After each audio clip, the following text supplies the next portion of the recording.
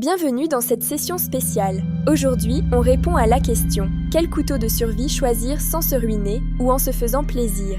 Un bon couteau n'est pas un gadget, c'est votre assurance vie en forêt. Il doit savoir couper, fendre et préparer votre abri. Avant de parler prix, parlez full tang, c'est quand l'acier traverse tout le manche. Si vous voulez bâtonner du bois, c'est non négociable. L'acier carbone est facile à aiguiser et génère des étincelles, mais il rouille. L'inox est sans entretien, mais plus dur à affûter sur le terrain. Choisissez votre camp. Entrée de gamme, le Mora Compagnon. Pour moins de 20 €, vous avez un acier suédois d'exception. C'est le couteau qui a lancé 1000 aventures.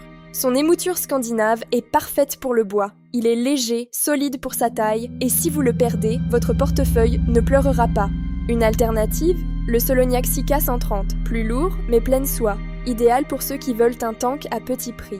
On monte en grade, le milieu de gamme. Le Gerber Strongarm est une légende tactique et de survie. C'est du sérieux, fait pour durer. Pleine soie, pommeau brise-vitre, étui multiposition. Il est épais, rassurant et prêt pour les missions les plus rudes. Environ 90 € bien investis. Impossible d'oublier le C4, acier 1095, garantie à vie inconditionnelle. Si vous le cassez en faisant n'importe quoi, il vous le change. Ça, c'est de la confiance.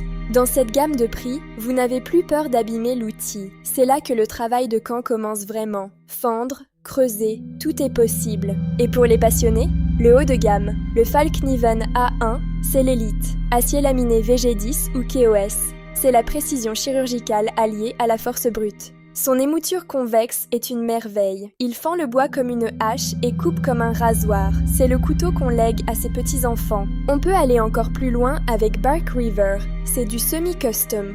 L'acier CPM 3V est ce qui se fait de mieux en termes de résilience. C'est du luxe fonctionnel. À plus de 250 €, on achète un confort de coupe unique et un maintien du tranchant exceptionnel. Est-ce indispensable?